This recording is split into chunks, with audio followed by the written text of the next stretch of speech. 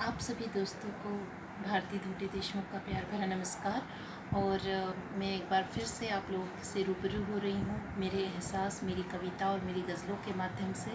और इस बार मेरी जो रचनाएं हैं वो एक गज़ल है।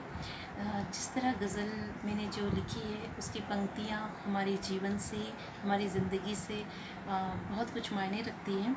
तो मेरी गज़ल की कुछ पंक्तियाँ इस तरह है कि महज चार दीवारों में ही गुज़र नहीं होती, महज चार दीवारों में ही गुज़र नहीं होती, ये ज़िंदगी है, ये ज़िंदगी है, यूं ही बसर नहीं होती।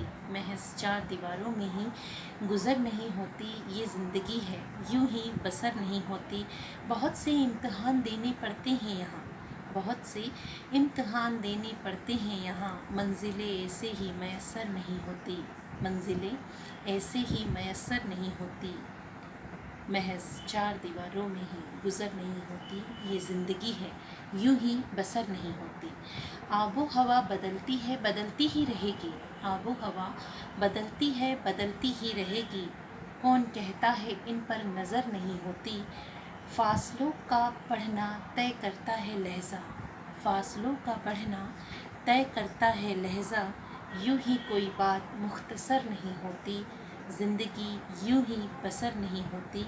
महज चार दीवारों में ही गुज़र नहीं होती। रास्ते ही हमदर्द हम नवा बनते हैं अक्सर, रास्ते ही हमदर्द हम नवा बनते हैं अक्सर। मंजिलें कभी भी हम सफ़र नहीं होती, मंजिलें कभी भी हम सफ़र नहीं होती। ढूंढ ही लेते हैं सब अपने अपने बसेरे, ढूंढ ही लेते हैं सब अपने अपने बसेरे।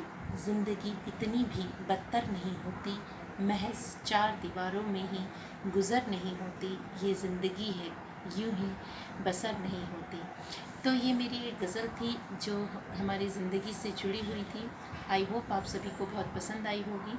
और पिछले जो मेरी कविताएं और जो मेरी आपने जो गज़ल थी उसमें आपने मुझे लाइक किया, कमेंट्स दिए और आपका इतना प्यार मिला। तो आई होप आपको ये मेरी गज़ल भी पसंद आएगी। तो आप प्लीज़ अपने लाइक्स और कमेंट्स दीजिएगा। Thank you very much, thank you.